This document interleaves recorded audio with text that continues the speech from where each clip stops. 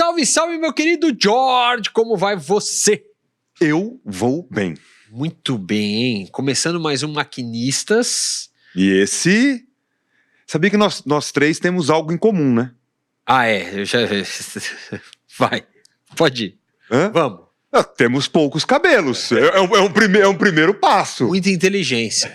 Sobra pouco espaço para O cada. legal é que quem tá vendo no vídeo é uma obviedade, né? Sim. Não, mas quem chegou viu a foto. Radamés Latari, presidente da Confederação Brasileira de Vôlei. Seja bem-vindo, viu, Radamés? Muito obrigado, é um prazer estar aqui com vocês. Bem-vindo, Radamés. Olha, bem-vindo. Radamés já foi. Chegou a ser atleta... Foi, né? Ruim, mas fui. Não, tudo bem, não interessa. Teve. Eu queria lembrar, não lembrava se o Radamés tinha sido atleta. Treinador, Sim. dirigente, aí foi comentarista, veio pro lado de cada câmera, aquele lado fácil, né? Só falar, só dar palpite, tá tranquilo. Mais fácil. E hoje tá à frente da Confederação Brasileira de Vôlei, eu sempre digo, né? Depois do futebol, a grande confederação esportiva do Brasil, né? Tendo o desafio de fazer agora a Liga das Nações, né? Duas, perna feminina, perna masculina agora nessa semana. Aliás, agradeço que o Radamés veio para São Paulo no meio do caos. não desfez o compromisso que a gente tinha combinado para poder bater esse papo com a gente, falar um pouquinho desse momento nosso do vôlei, né? E os desafios, acho que, né, Radamés, dessa história toda, de quem já passou por todos os lados aí da cadeia, acho que são pouquíssimos, eu diria, dirigentes que já passaram por tudo isso que você passou, né? Eu digo sempre para os meus atletas e para os próprios companheiros, né, presidente de federação, presidente de clube, dirigente, eu dizendo assim, olha, eu tive o prazer, eu fui nascido e criado no esporte, meu pai foi um dirigente no esporte no Flamengo, foi vice-presidente, presidente de conselho, aquelas coisas todas. Então, desde os 4 anos de idade, eu me vejo no mundo do esporte. Tentei ser jogador, era fraco, aí me tornei treinador, fui supervisor de seleção, fui diretor da confederação em vários setores, fui dirigente da Federação do Rio, trabalhei em clubes da Superliga como supervisor, como dirigente. Então, eu passei por tantos segmentos que eu digo assim, eu tenho a obrigação de tentar não errar, porque tudo aquilo que eu reclamava quando eu exerci uma dessas funções, eu não posso agora, como presidente, errar naquilo que eu reclamava, eu tenho que ser coerente. E é o que eu tento fazer à frente da Confederação Brasileira de Vôlei. Eu digo sempre, eu hoje estou como presidente da Confederação Brasileira de Voleibol e tento trabalhar da mesma maneira que eu trabalhava como treinador. Então, eu montei a minha comissão técnica, digamos assim. Então, eu tenho o Jorge Bichara como meu diretor técnico, eu tenho a Luciana como diretora administrativa financeira, o Henrique, que foi um ex-jogador campeão mundial, como o diretor de marketing comercial, e o Vigílio, que é o meu chefe de gabinete, que foi presidente da Federação do Ceará há uns 15 anos atrás. Então, é a mesma maneira que eu trabalhava, cada um tem suas funções e eu sou aquele que vou recolhendo o que cada área vem fazendo e a gente vai colocando em prática o que é possível. Aí você falou, né? O Eric disse, você passou por várias áreas, né? Sim. E você também teve uma vivência no futebol. Sim. Qual experiência você traz, ou quais experiências você traz da vivência no futebol para não aplicar no voleibol? Olha, é difícil. Eu tive alguns anos atrás, como o Zico lá numa campanha eleitoral queria me indicar para ser o presidente do Flamengo, aí fizemos uma composição, eu vim de vice-presidente porque eu trabalho, eu tenho a minha vida dedicada ao voleibol. O que eu via no futebol era um forte, uma distância grande entre aqueles que estão ali no mundo do futebol com o mundo dos negócios. Eu acho que o atleta do voleibol, o atleta dos esportes olímpicos, eles têm um envolvimento com os patrocinadores, eles sabem da importância dos patrocinadores, que eu acho que tanto os atletas como treinadores de futebol, eles não sabem, ou talvez não tenham necessidade ou ninguém os mostrou o quanto era importante ter um convívio com os patrocinadores, com a parte que envolve por trás das competições. Era mais fácil, né? O dinheiro entra, né? O salário do atleta de futebol é tranquilo. Não preciso. Radamés, deixa eu te deixar água. Obrigado. Aproveitando aqui, né? Pronto. Mas é isso, né? Pro atleta do futebol é aquela coisa assim. Eu já tenho meu salário, já posso viver com ele, não preciso disso, né? E isso transforma o vôlei num ambiente, teoricamente, às vezes mais, entre aspas, difícil de trabalhar, porque o atleta é mais brigão, ele luta mais ali para tentar as coisas. Como é que é esse dia a dia ali, vivendo nesse ambiente? Olha, eu acho que o atleta de voleibol vem evoluindo muito nesse aspecto. E eu acho que o que ele gosta é de saber o que está acontecendo. Então, quando você vai explicando, olha, eu preciso que você me ajude. Por um exemplo, eu agora tive uma reunião de apresentação dos atletas das seleções. Então, reunimos lá no auditório o Bernardo com todo o grupo masculino, o Zé Roberto com todo o grupo feminino. E eu disse, olha, nós vamos ter um novo patrocinador de material esportivo que nós vamos anunciar semana que vem, que é a Volt. Ao contrário dos anos anteriores, em que a gente tinha um valor financeiro e uma pequena participação nas vendas, a gente mudou. Agora a gente está com uma participação grande nas vendas. Eu preciso que vocês me ajudem a divulgar, a vender. Então, eu acho que o atleta gosta dessa sinceridade de saber, é isso que está acontecendo. E eles sabem que, pelo menos de minha parte, tudo que eu tenho falado com eles, eu digo, vai acontecer isso, está sendo cumprido. E eu acho que, então, existe essa troca entre os atletas, comissões técnicas, hoje no mundo do voleibol. Essa é mais uma lição que você trouxe do futebol, né?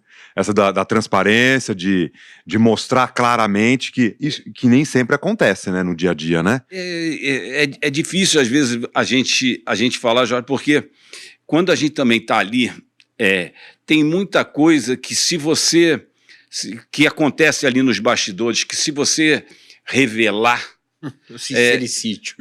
Entendeu? Sincericídio, boa. Isso aí. Então, eu vejo, por exemplo, tem alguns dirigentes no futebol, eu sou fã do Paulo Angione, que é do Fluminense.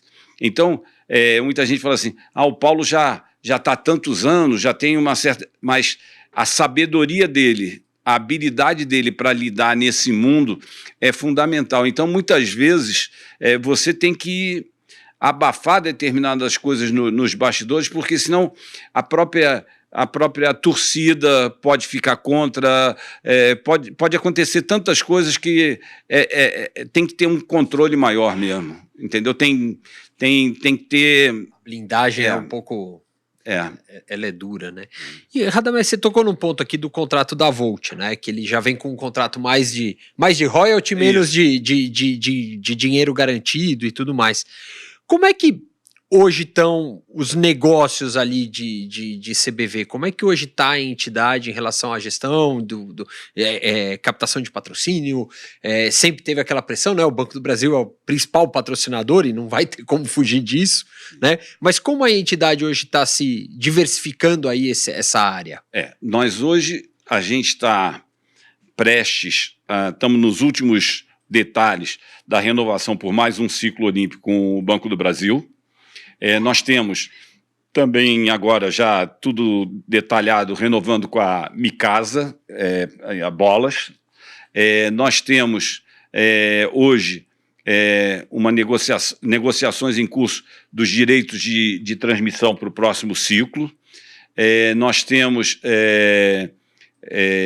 vários patrocinadores que estão entrando conosco em determinadas situações. Então, quando tem eventos como a Liga das Nações ou a Superliga, nós temos alguns patrocinadores para essa área, do mesmo jeito que a gente fez um convênio espetacular com a Enel, para fazer 2 etapas através de um projeto de lei de incentivo, com a Enel, 2 etapas reformando o nosso centro de treinamento lá em Saquarema, depois de 22 anos. A gente fez bons investimentos, já começamos com a memória do esporte, as suas conquistas, modificamos as 4 quadras, colocamos a tecnologia. Hoje tem 4 câmeras em cada dos 4 ginásios, tem telão para que toda a jogada possa ser revista em 10 segundos, com delay de 10 segundos, então você sabe o que errou, qual foi o gesto técnico que precisa ser melhorado. Então, a gente tem investido bastante na tecnologia, assim como a gente também fez na própria Superliga, em que a gente fez investimentos pesados, coisa de 11 milhões na compra de equipamentos, na logística do desafio, essas coisas todas. E a gente está sempre aberto para novos patrocínios. Hoje a gente tem os 2 maiores desafios nossos no momento, estudando propostas e conversando com alguns interessados, no sentido do name right da Superliga e do circuito de praia. Então, são 2 propriedades que a gente tem feito muitas conversas, tem surgido alguns patrocinadores com interesse, e nós estamos vendo qual a melhor proposta, qual a melhor ideia que casa com aquilo que a gente pensa em termos de investimento. Em cima do que você está falando, quando a gente olha a Superliga, né?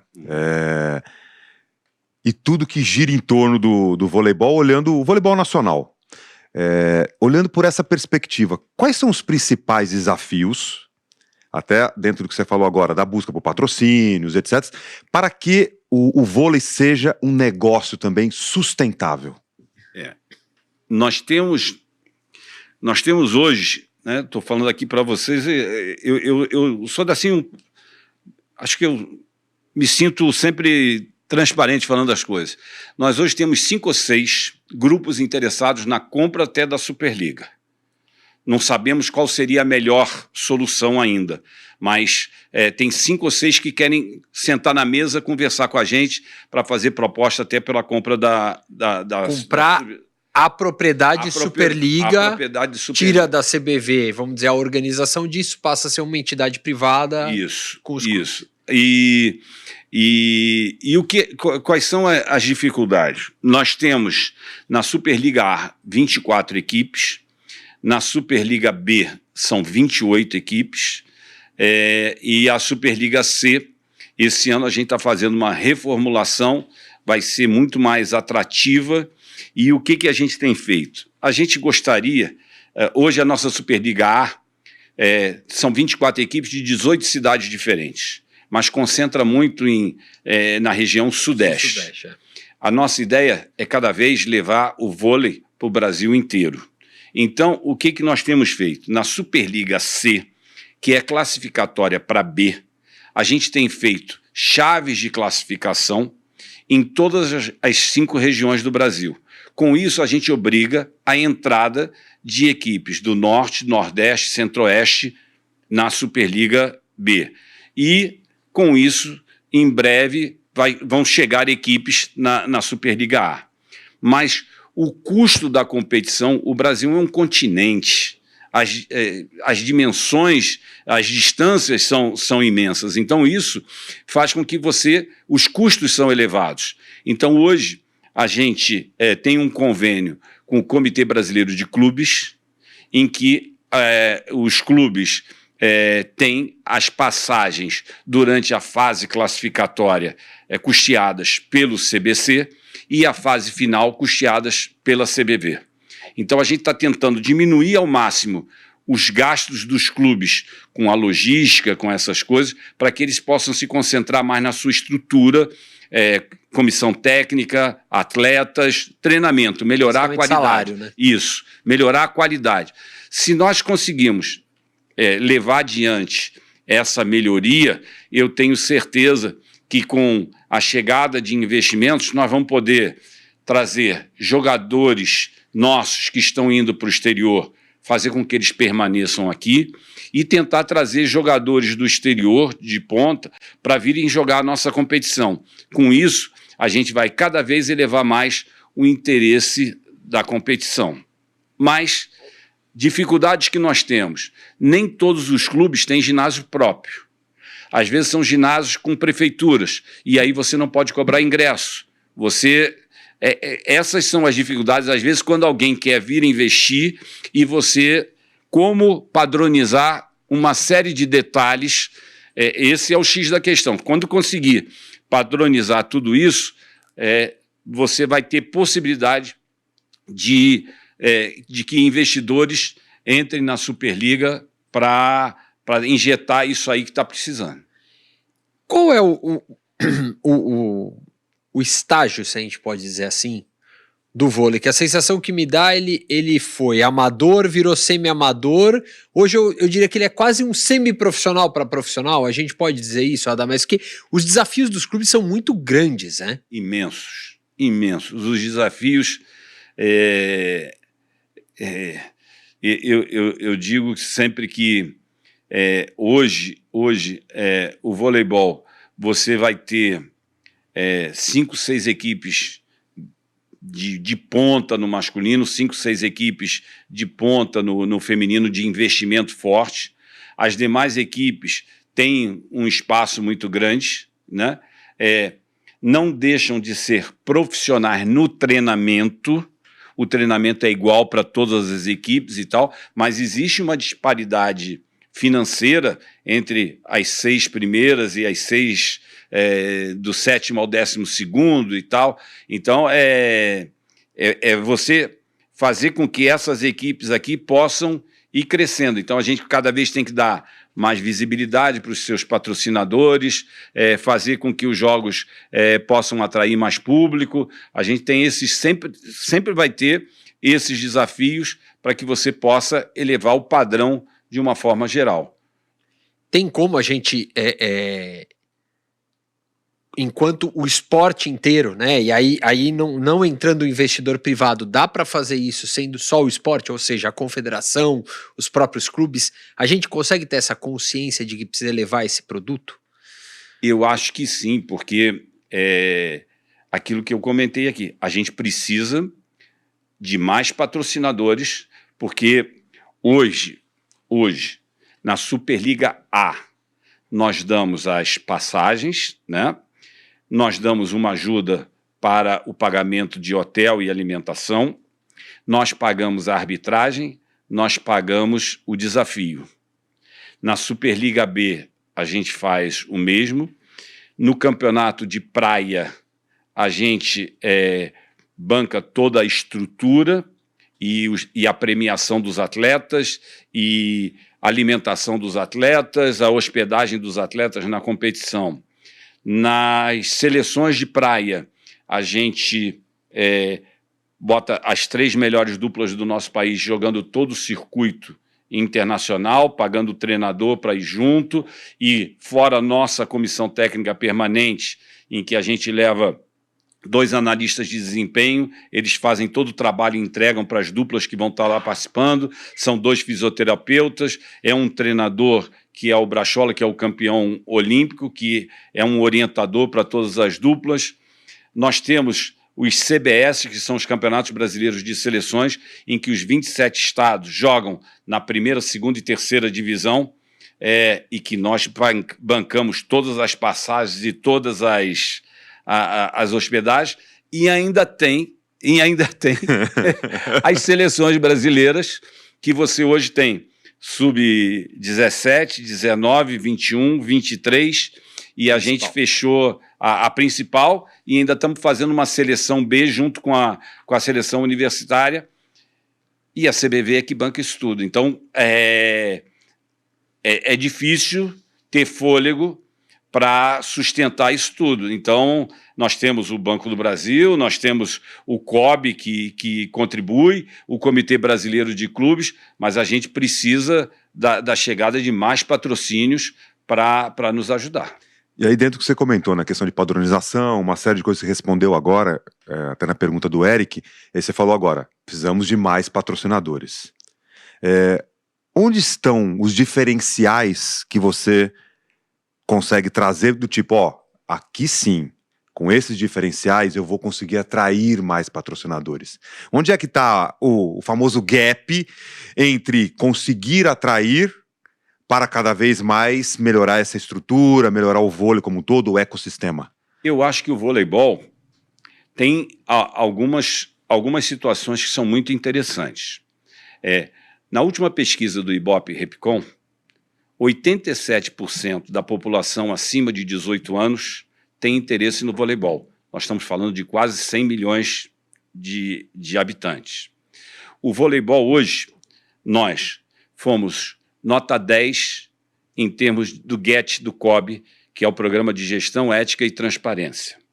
Nós somos carbono neutro, a única entidade que teve o selo ouro na eliminação de gestão dos gases no planeta. Nós fizemos a campanha contra o preconceito.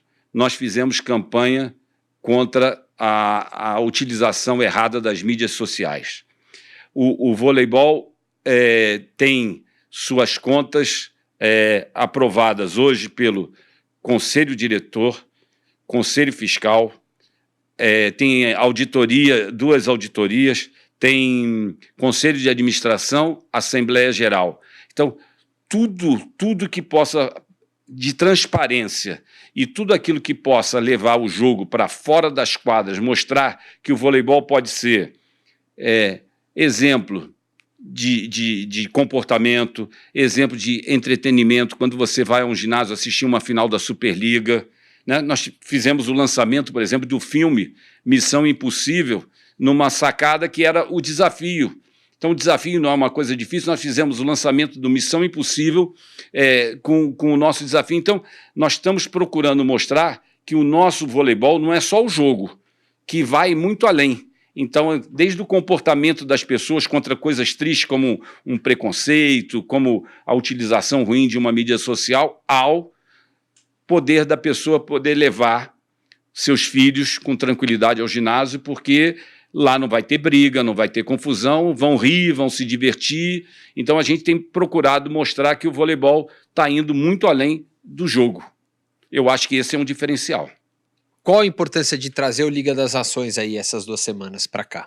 É sempre uma vantagem no lado técnico, porque como as nossas equipes acabam de jogar a Superliga há 15, 20 dias atrás, como as nossas principais jogadoras que estão no exterior acabam de jogar também aquelas competições, o Zé Roberto e o Bernardo vão ter um tempo maior de preparação aqui no Brasil, quando a gente faz a primeira etapa, principalmente quando a gente faz a primeira etapa aqui, porque você não interrompe essa primeira fase de treinamento. Então, quando eles partem para a segunda fase, que o feminino vai ser na Turquia e o masculino vai ser em Chicago, nos Estados Unidos, eles vão aí e já ficam direto para a terceira fase, que vai ser no Japão. Então, para nós tem uma vantagem técnica e também tem o lado da gente querer sempre ter eventos de grande qualidade aqui dentro no Brasil. Acaba sendo técnico e negócio, isso, né? Isso. Vira para as 2 coisas. Isso, assim, né? Isso. Mas aí, por exemplo, né? A gente volta pro ponto. Por exemplo, o Brasil, digamos assim, tecnicamente, ele sobrou durante um período, né? Teve um período hegemônico. E imagino você, com seu olhar estratégico à frente da CBV, observando que, por exemplo, lá nos Estados Unidos já tem movimentos de ligas ainda. Sim. Né? Não é uma liga, mas tem ligas. Olhando o cenário do vôlei, em qual posição o Brasil está, olhando, como o Eric falou, olhando o negócio, a questão técnica, os nossos desafios, porque, por exemplo, queira sim, queira não, os concorrentes, eles mapearam o Brasil em todos os sentidos, né? Sim. O que é feito de bom, o que não é. Qual que é o seu olhar estratégico para o vôlei do Brasil, dentro dessa perspectiva negócio e quadra? Olha, Jorge, eu vou dizer o seguinte, a comparação, eu trabalhei muitos anos na Itália, né? E lá, por exemplo, um time que eu fui técnico, que era o Trento, que é um dos mais tradicionais do voleibol italiano, metade dos custos você vai tirar na bilheteria. Então, já é uma outra mentalidade.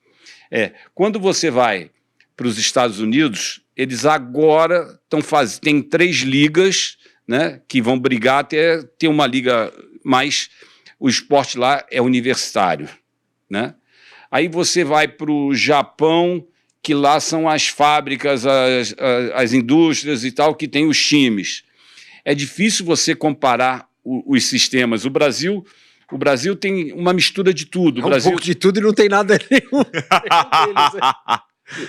Primeiro, nós não temos no esporte uma filosofia de esporte aqui no Brasil. Isso já é uma coisa. Segundo, você tem na Superliga clubes de futebol, clubes sociais com patrocinador, você tem prefeituras e você tem associações. Então você tem um misto de tudo e é assim que o Brasil vem fazendo há muito tempo. Para que isso tudo dê certo, para que o Brasil...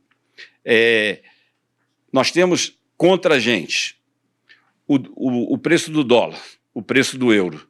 Então, nós sempre treinamos muito mais do que todos os outros e ganhávamos mais. Os outros passaram a treinar a mesma quantidade que a gente. Nós vimos que inúmeros jogadores nossos que estavam treinando 6, 8 meses na base largavam os seus estudos achando que poderiam ser jogador de vôlei a vida toda. Então a gente passou a ter uma preocupação de diminuir um pouco esse treinamento, porque de cada 100 garotos que vão lá, 100 garotas e tal, poucos vão sobreviver e depois estavam desgraçados para o resto da vida porque não tinham estudo, não tinham nada e tal. Então até estudo a gente botou lá dentro de Saquarema para que eles possam, não percam os seus estudos. Antigamente, você pegava essa garotada, levava, ficava 2, 3 meses excursionando na Europa, o dólar estava 1 para 2, 1 para 3, isso e aquilo. O dólar hoje está 1 para 6. Ninguém quer muito jogar com o Brasil lá porque sabem que vão treinar o Brasil vai ficar mais forte. Então, nós conseguimos fazer um convênio agora com a região de La Moselle, na França, na cidade de Metz, em que essa cidade... em troca da gente passar um pouco dos nossos conhecimentos, dos nossos treinamentos e tal, eles nos acolhem e nossas equipes, desde a adulta até a equipe de 17 anos, vão para lá, ficam concentradas lá e fazem jogos-treinos contra as equipes europeias e também serve como uma base para que a gente possa, ao invés de ter que retornar ao Brasil para ir para outro lugar, isso e aquilo, o time fica treinando lá e de lá segue viagem e com isso a gente espera que as nossas equipes de base voltem a ter os resultados que tiveram antes. Nossas equipes têm ido jogar os campeonatos mundiais sem a experiência necessária para a competição. A gente espera que depois de alguns anos, a partir do ano passado, a gente retornou a fazer esse convênio, então a gente acredita que em breve nossas equipes de base vão estar novamente brigando pelas primeiras colocações. Eu acho até que esse ano nós vamos ter conquistas boas nos nossos campeonatos mundiais, principalmente na Sub-21 feminina. Eu levo muita fé que a gente vai brigar pelo título.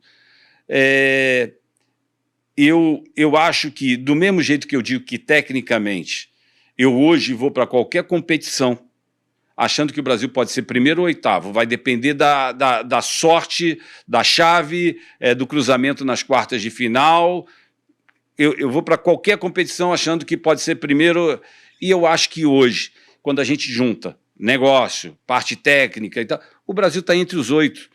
A nossa liga é uma das 5 melhores do mundo, as nossas seleções estão entre as 5, 6 melhores do mundo, nós estamos entre os melhores do mundo em todas as situações. Em termos de prática, quando a gente fala, que você falou agora, estamos entre as 5 melhores ligas, tem alguma liga que você olha com um olhar estratégico mesmo? Pô, essa liga aqui nós temos que aprender bastante com essa liga. Tem alguma em especial? Considerando as nossas particularidades que você comentou. Eu acho assim, você vê o seguinte, nós já tivemos nos Estados Unidos ligas que surgiram muito boas e depois desapareceram. Tivemos períodos bons em alguns países. A Itália está há não sei quantos anos com o mesmo formato e com a mesma eficiência, os melhores jogadores do mundo, a maior parte dos jogadores do mundo estão ali e tal. Então, eu acho que o campeonato italiano é um que serve de parâmetro para a gente. É um campeonato que... Qual é o segredo? É o quê? É um investimento privado muito grande ou tem essa questão que você abordou que... Às vezes que eu trabalhei com o vôlei, eu sempre critiquei muito, né? A gente não tem uma cultura de cobrar pelo ingresso aqui no Brasil.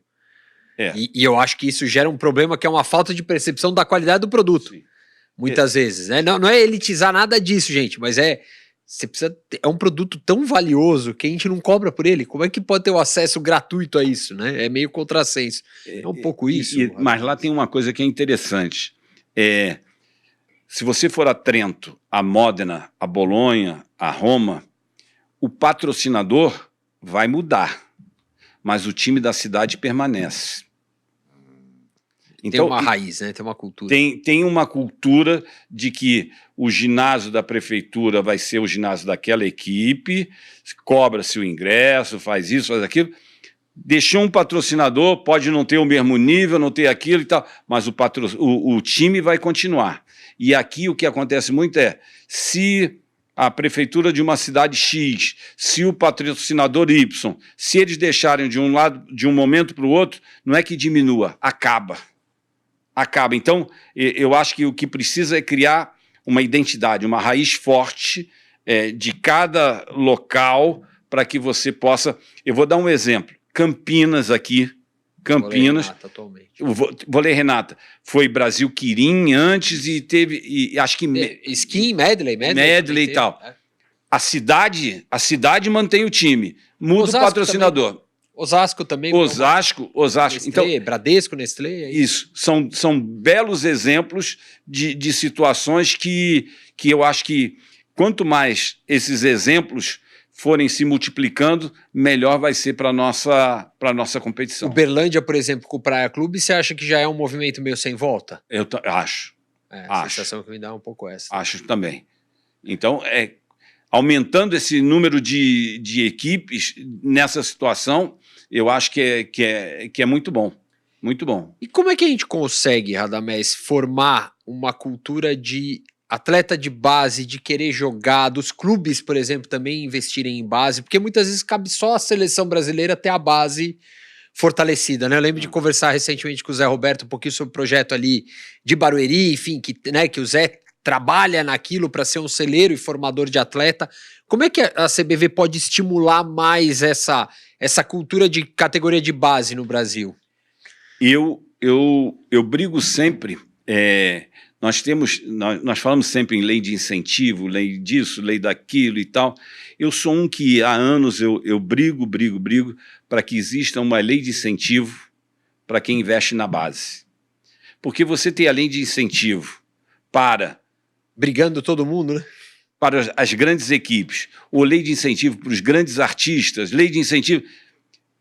Qualquer patrocinador vê um bom time ou um bom artista, quer patrocinar aqueles, mas na base, que não tem retorno quase de publicidade, ninguém quer investir. Então eu sou a favor que você tenha uma lei de incentivo que seja mais atraente para quem for investir na base. Está custando muito. Hoje, uma bola é cara, o lanche para o atleta é caro, o tênis que você pode dar para o atleta é caro, a camisa e tal. E com isso, muita gente vai diminuindo. Antigamente, os clubes, né, tinham inúmeras escolinhas, os clubes tinham... Hoje, nas principais cidades do Brasil, os condomínios têm a sua própria quadra, a sua própria academia. Com isso, diminuiu muito o número de sócios na maioria dos clubes. E aí, o que os clubes fazem? Vou me tornando cada vez mais social e menos competitivo. Eu só vou trabalhar se eu conseguir ganhar a bola, se eu tiver um patrocínio do material esportivo, se eu tiver um patrocinador. Então, diminuiu a quantidade de clubes trabalhando na base. Nós temos aí também um outro desafio dentro disso, né? Que o Eric trouxe, ampliando, por exemplo, para os profissionais que estão dentro da modalidade. Quando a gente olha, por exemplo, para os treinadores, né? Já há um bom tempo, as referências, quando a gente fala feminino, o Zé Roberto, masculino, o Bernardinho. Uhum. Como que nós podemos fortalecer essa formação de profissionais que venham a substituir esses dois ícones do vôlei nacional e que a gente não perca em qualidade de profissionais? Como é que você vê a importância da capacitação olhando essa perspectiva? Eu sou daqueles que acham que a capacitação é fundamental no desenvolvimento dos nossos treinadores e dos nossos atletas.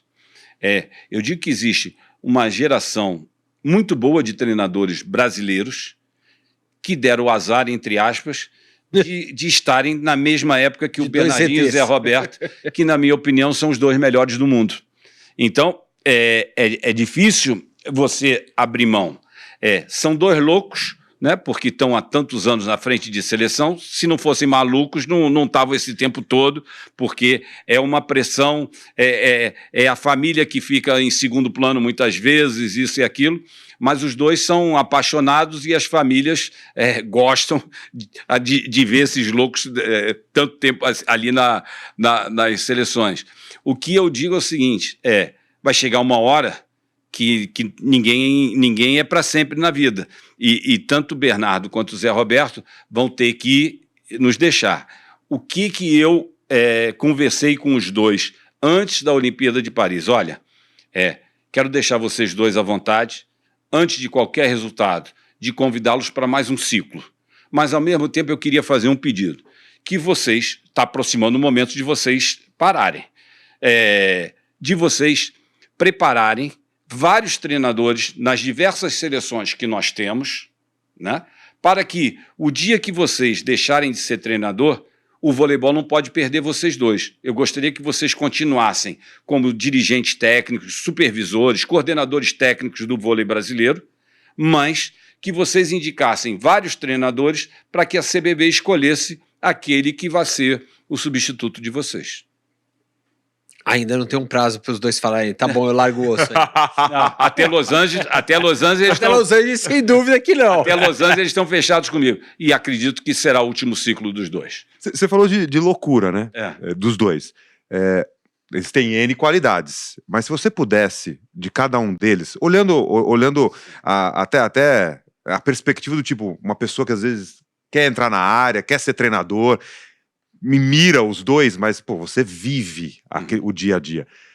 Qual qualidade de cada um te salta mais aos olhos? Imagina, seja o dia a dia, seja... Não importa, o que te chama mais aos olhos? A determinação dos dois.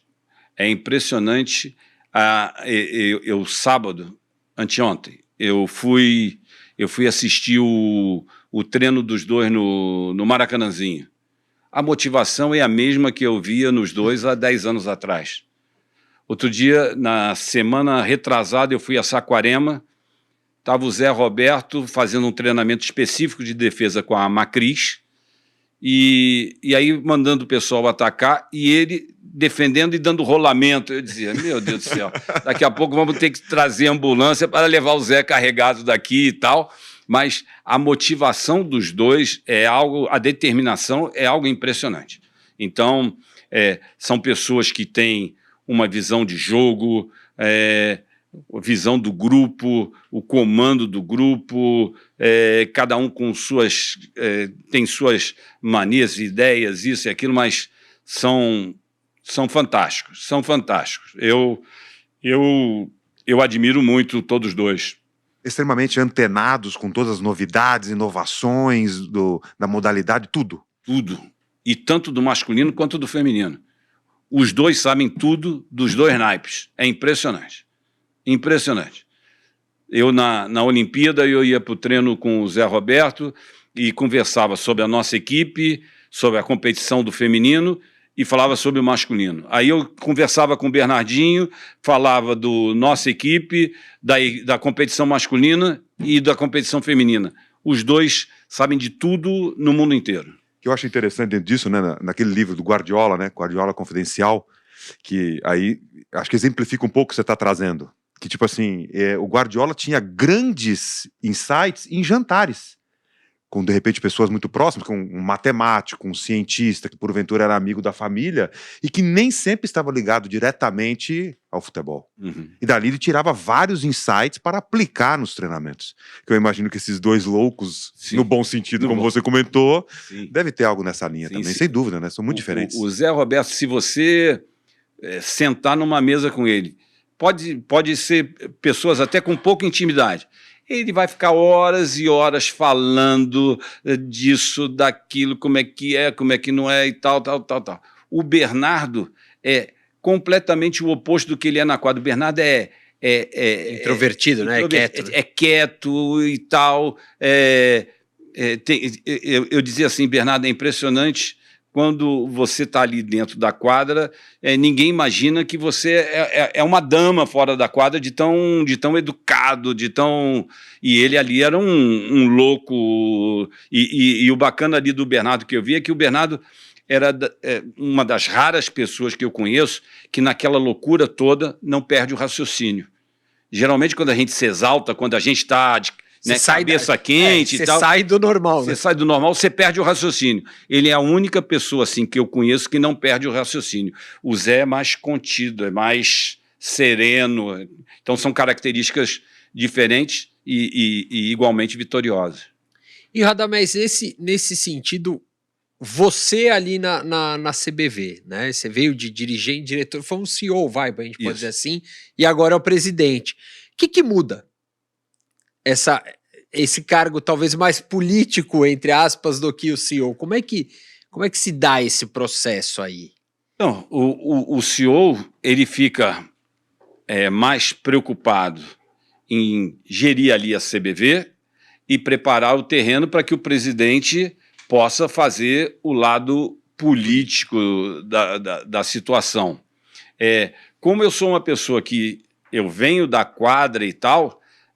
eu preferi ter esse contato direto com os meus colaboradores e faço a política com os presidentes em que eu procuro fazer política sempre pelo lado do esporte, pelo lado técnico. Então, o tempo todo... o pessoal do Espírito Santo estava precisando de uma quadra para treinamento. Eu vou ao governo... e digo, estou precisando de uma ajuda assim. No Ceará está precisando de... Eles sabem que eu vou aos 27 estados, eu acho que eu já fui umas 2, 3 vezes em todos os 27 estados para falar com o prefeito, para falar com o secretário de esporte, para falar com o governador, para tentar melhorar o voleibol naquele estado, para tentar fazer com que a federação consiga melhores condições de trabalho. E eu faço a política sempre voltada para a parte técnica. E esse jogo político ele é fundamental, né? Para o próprio negócio poder existir, né? Sim. Mas eu vou dizer uma coisa.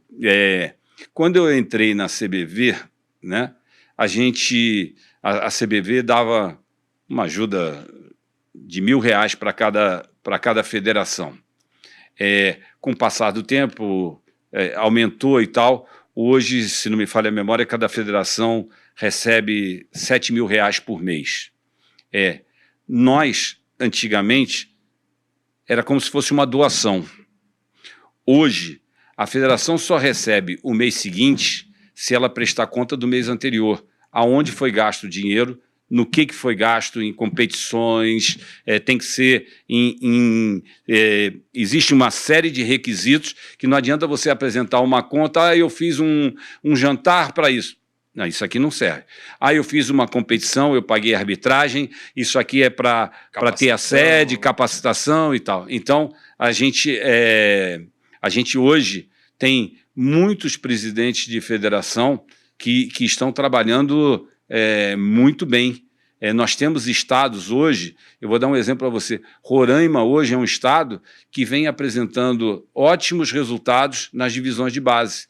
Maranhão, e o que é bacana hoje é que uma competição ganha o Rio Grande do Sul e o Rio, na outra ganha o Maranhão com o Rio Grande do Norte. Então, a base nossa hoje está espalhando e nós temos vários presidentes, tem presidentes que são ex-treinadores, tem presidentes que são ex-árbitros, tem presidentes que são professores de educação física.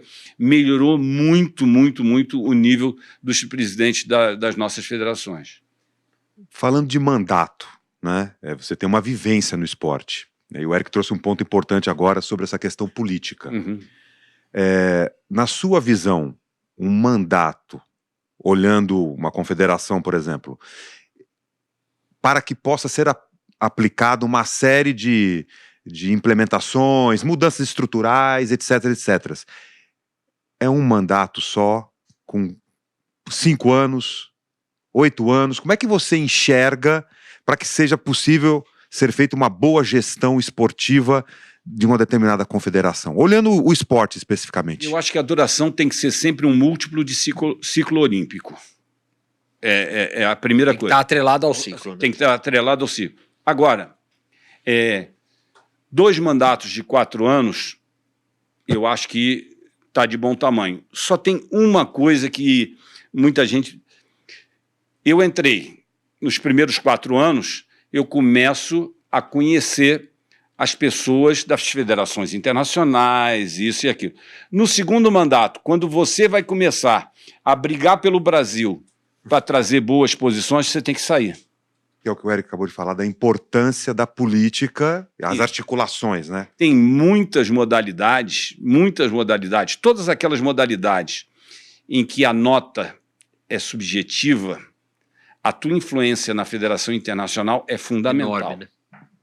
É enorme, enorme. Talvez no vôlei não tenha tanto, ainda mais com desafio, com isso, não tenha tanto a pressão, mas quando é esporte individual... Ginástica, surf.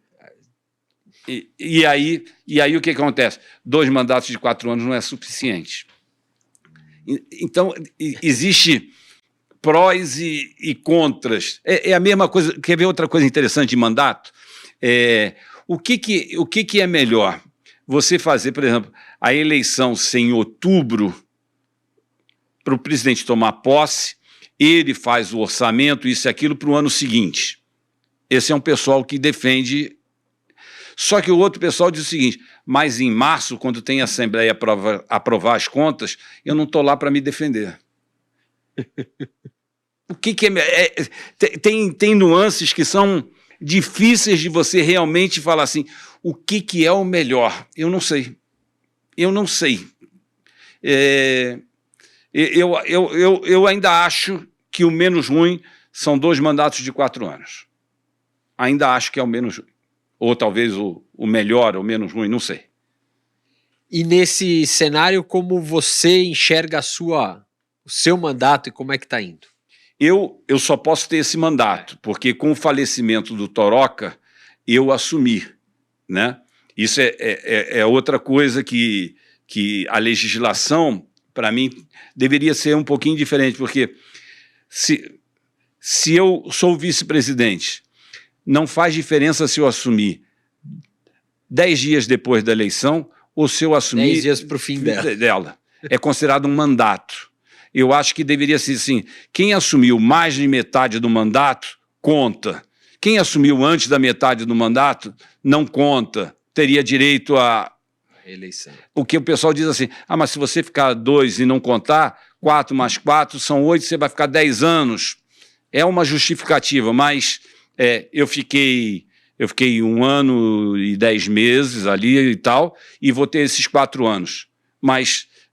Eu juro para vocês, eu acho que a minha missão como presidente termina em Los Angeles. Eu acho que tem que vir um novo presidente e tal, então, de minha parte, não vai ter briga nenhuma de justiça, isso e aquilo e tal, porque, para mim, a regra é essa, é isso que vale. Eu acho que é muito difícil você substituir. Quando o Renan assumiu, por exemplo, no lugar do Bernardo, eu na apresentação eu falei assim, olha, se o Renan ganhar muito, mas muito, é capaz dele empatar com o Bernardinho. Então, você substituir o Nusman, que foi tão vitorioso, você substituir o Ari, que foi tão vitorioso, É muito difícil, ainda mais que hoje o esporte, eu acho que nos esportes coletivos e individuais, nunca mais vai existir grandes hegemonias como existiam anos atrás, com a globalização. Hoje o treinamento é igual para todo mundo assiste todo mundo, então as distâncias encurtaram e vai ser difícil alguém ter tanta predominância como tinha antigamente. O que eu estou tentando é manter o Brasil dentre as principais países do mundo no nível técnico, mas melhorar a nossa estrutura. Então a gente não tinha sede. Eu comprei uma sede, a pessoa que vai assumir não vai ter mais que pagar aluguel como eu tinha que pagar. Eu ajudei a reestruturar, a modernizar, a revitalizar o centro de Saquarema. Então hoje nosso centro não deve nada a nenhum centro do mundo. Talvez seja no voleibol o melhor de todos. Tento melhorar a estrutura da nossa Superliga, tento melhorar a estrutura do nosso voleibol de praia. Então a gente mudou o conceito do voleibol de praia, passou a ter competições estaduais, passou a ter competições regionais, para todo mundo já ir marcando ponto para entrar no ranking. Então a gente criou um sistema de vôlei de praia, coisa que não tinha. Eu parti para atacar na minha gestão, aonde eu achava que nós podíamos crescer e que isso tudo vai trazer benefícios para o lado técnico mais lá na frente. E, Radamés, você citou a Superliga, a gente falou um pouquinho. Para você o caminho é privatizar, entre aspas, a Superliga, é achar um investidor para ela? Olha, se nós... Desculpa, eu já tive essa tese por um bom tempo, tá? Para mim era o melhor caminho para a Superliga seria esse, achar alguém que... Eu acho que ter um investidor com a CBV organizando a parte técnica, né, regulamentos, a arbitragem, isso e aquilo, e esses investidores olhando o lado do negócio comercial, eu acho que o ideal é a gente ter esse equilíbrio, né? Hoje a Federação Internacional tem a Volley World, né, que é a CBC juntaram e fizeram a Volley World. Eu só não quero eu acho que a Volley World às vezes exagera. Eu quero que exista um meio termo em que... Ela acaba estrangulando às vezes o parceiro, é isso? O parceiro. Eu acho que não adianta você ter um investidor que vai sugar tudo daqui. O investidor tem que fazer isso aqui levantar e aí os dois crescem juntos. E o modelo que você busca hoje para a Superliga seria algo assim? Seria algo assim. Acho que ainda demora aí uns 2 aninhos, mas quando você vê que tem muitos grupos interessados, significa que você tem um bom produto. E isso seria para a Superliga A, B e C? Eu gostaria. Que assumir... Eu gostaria, porque hoje eu não vejo no país, tirando o futebol, nenhum outro esporte que tenha uma Superliga B que esteja crescendo como a nossa vem crescendo. Quando eu estava lá atrás, alguns anos atrás, a gente tinha a Superliga B, que era uma semana, 6 clubes que jogavam entre si uma semana. Aí a gente passou a ter 8 clubes jogando, todo mundo passou para 10, 12, estamos em 14, e pode ser que um dia a gente chegue até 16, podendo dividir em 2 chaves regionalizadas e tal. Então, tem margem de crescimento a nossa Superliga B. Vou usar um termo, mais da nossa época. Vou dar uma largadinha, né? A largadinha. A gente vê, por exemplo,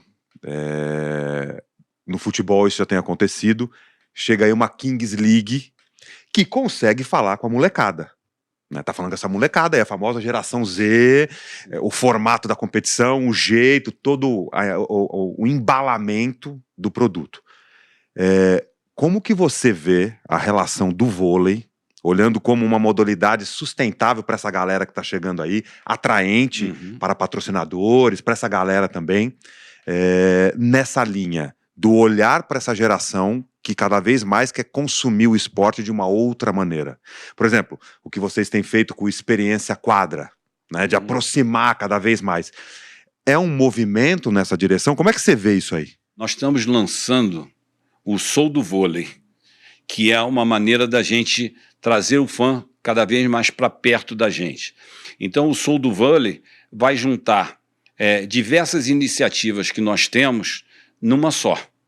Então, desde as experiências, a pessoa que quiser ter experiências, a pessoa que quiser comprar ingressos com prioridade, a pessoa que quiser ter interação com os nossos atletas, a pessoa que quiser, como é que se diz, nessas experiências todas, além ter prioridade na compra de material esportivo, ter desconto nos ingressos. Então a gente tem o Cravada, que é o nosso fantasy game, né, e tal. Então nós queremos juntar todas essas nossas atividades que nós temos com os nossos fãs numa só, no Sou do Vôlei.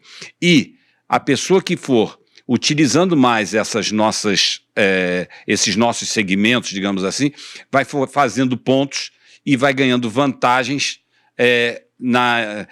além de ganhar descontos, vai ganhar também oportunidade de passar um dia em Saquarema com os nossos atletas, vai no ônibus com a delegação, almoça e janta com os nossos atletas, vai no vestiário conhecer os atletas. Então, a camisa de jogo, então nós estamos fazendo várias dessas situações. E também tem o pessoal, quem também entra aqui nesse Sou do Vôlei, é o pessoal que vai estar participando do Sacada do Bem, que é o projeto que a gente lançou na Superliga e vai continuar agora na VNL. Então, quem quiser, é só ir lá no site da Play for a Cause. Play for a Cause. Isso, é só ir lá no site, se você quiser dar o saque inicial do jogo Brasil e Cuba, Brasil e Estados Unidos, Brasil e Itália, você vai lá, é um leilão, a renda é revertida para projetos sociais do Viva Vôlei. Então, primeiro vai ser o calçado das crianças, depois a merenda, depois a camisas e uniformes. Então, a gente está tentando, nós vamos juntar tudo isso no Sou do Vôlei, que é o nosso projeto para tentar cada vez mais fidelizar os nossos fãs junto com a gente. Muito bem. Seu George. Sim. Não vou dar um bloqueio, mas chegou a sua hora. Já que você quis falar da largadinha, eu fico... Bloque, né? Bloque, né? Chegou a sua hora. A minha hora? Essa é a hora que eu quero saber. O Radamés, depois de tudo que ele já... A experiência dele de vida, de tudo, esse momento é um momento, né? Óbvio, né? Chegou a sua hora, meu querido. É a hora do momento, George. Sim. Você viveu um momento delicado da sua vida com o Covid. Sim. Durante esse momento difícil que você passou, você teve alguma experiência espiritual muito profunda e que você pudesse compartilhar conosco? Essa é a primeira. E a segunda, o que esse momento que você viveu ressignificou a sua vida? Olha, eu estava em casa, aí eu vim de Saquarema, estava em casa, comecei a ter um suadouro. Eu troquei 4 vezes de roupa e no final eu estava dormindo já de toalha, porque eu não parava de suar. Acordei, ia para a CBV, passei numa farmácia para falar assim, só por via das dúvidas vou fazer o teste do Covid. Quando eu fiz o teste, aí eu perguntei, quanto tempo demora para sair o resultado? 15 minutos. E 15 minutos eu estava na CBV. Eu falei, então passa por e-mail. Quando eu cheguei na garagem da CBV, positivo. Aí eu... Já deu meia volta. Dei meia volta. Fiquei com oxímetro, né? Oxímetro. Aí estava 94, 92, 90 e eu comecei a sentir falta de ar. Fui pro hospital. Eu fiquei quinta, sexta, sábado e domingo, em que são 4 dias que eu não lembro de nada. Não lembro de nada. Conversei com pessoas do trabalho, conversei com minha família, isso e aquilo, mas não lembro. Eu só sei porque está registrado o negócio de... Aí eu fui entubado. E quando eu fui entubado, eu tinha 2 preocupações, porque eu tinha perdido um grande amigo, que foi o suíço, um craque de voleibol, que o suíço, nos últimos dias, ele estava pronado, né, e entubado. E eu dizia assim, por favor, não me deixe entubar e tal, os médicos diziam. Mas foi pronado, entubado, que eu consegui me salvar. Eu estava com 75% do pulmão tomado. Os médicos chegaram a preparar um pouquinho a minha família, não sabemos e tal. Neste período, Jorge, eu na minha cabeça, eu estava, é o que eu deduzo, né? Você está em coma, você não sabe nada, mas eu sonhava que eu estava numa balsa, uma coisa isolada dentro de uma balsa, e que a balsa ia e voltava para a ilha de Marajó. Eu nunca fui à ilha de Marajó. Né? Eu sonhava na minha cabeça que eu estava na ilha de Marajó. E que todo dia, eu assistia o despertar, o galo cantando, um cara levando as cabrinhas, os cabritinhos, as crianças indo para a escola, o padre dando sermão na praça, as pessoas na feirinha, e todo dia na minha cabeça tinha isso. Tinha na minha cabeça, eu vi pessoas próximas que já tinham falecido. Eu tenho certeza que eu fiz contato com essas pessoas, meu pai, minha avó e tal. Eu não falava, mas a gente trocava sinais, gestos e tal, e um entendia o outro. E também na minha cabeça tinha o seguinte: se o teto estivesse preto e verde, eu estava com falta de ar. Se estivesse azul e amarelo, eu estava normal. E se tivesse um lilás, é quando a minha respiração estava boa. Então, toda vez que eu sentia isso no teto, né, eu fico amarrado, porque eles dizem... Pode tirar, Então, eu acredito que eram os momentos meus de dificuldade de respirar, que eu, como é que se diz, que eu me debatia pela falta de ar.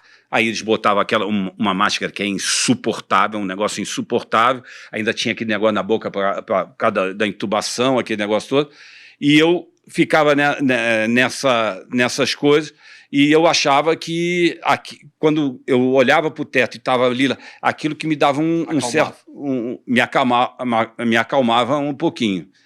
E quando você vai voltando, né?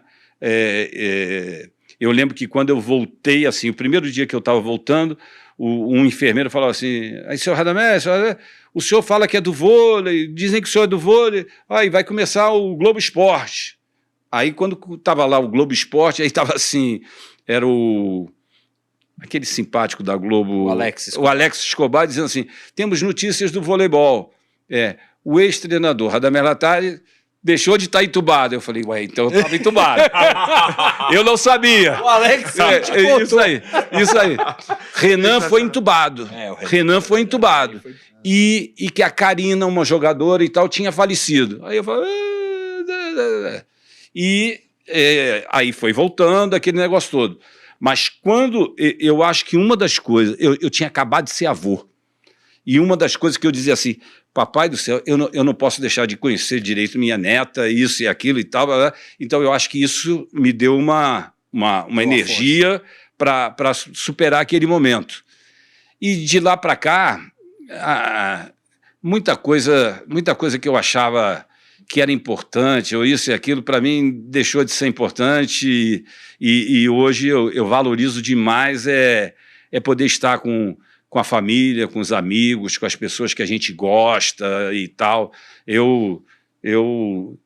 Muda o significado de muita coisa, porque eu acho que eu tive um pedacinho do outro lado e voltei. O que você achava importante e que perdeu importância? Eu por exemplo, eu ficava para morrer quando alguém fazia uma crítica, por exemplo, que eu sabia que era maldosa. Eu digo para vocês, juro pela minha felicidade, se vocês dois estivessem aqui me criticado, o Radamés não foi um bom dirigente porque ele tomou uma atitude errada, fez isso, aquilo, o Radamés dirigiu mal o time aquele dia, todas essas pessoas que falaram isso de mim, eu continuo tratando da mesma forma.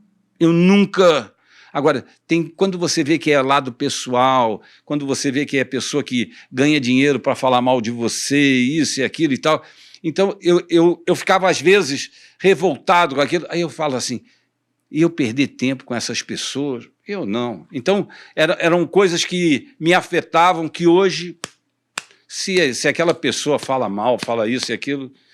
Agora, se pessoas do bem falarem, aí eu vou ficar preocupado, mas quem não merece, eu não perco mais tempo, não. E viagem para a Ilha de Marajó também tira do mapa. Eu tenho vontade de ir para conhecer.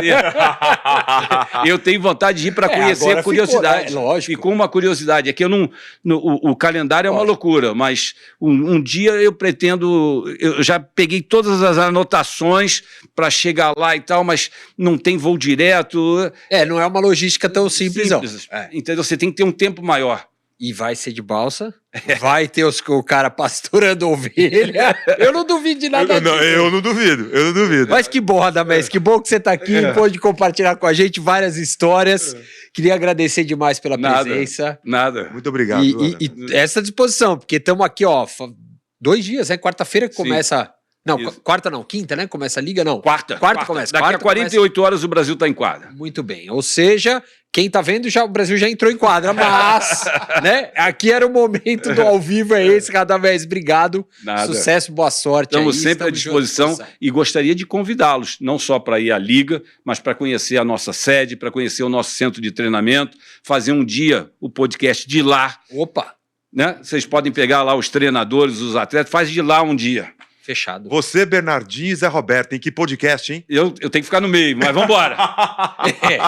Vambora. Fica no meio que é melhor. Isso fica para outro dia. Valeu, Jorge. Diariamente, maquinadoesporte.com.br, @Máquina Esporte, a gente nas redes sociais. Semana que vem voltamos com mais um Maquinistas. Mais um. Valeu, Bora. gente. Tchau. Tchau. Obrigado, Valeu. Radamés.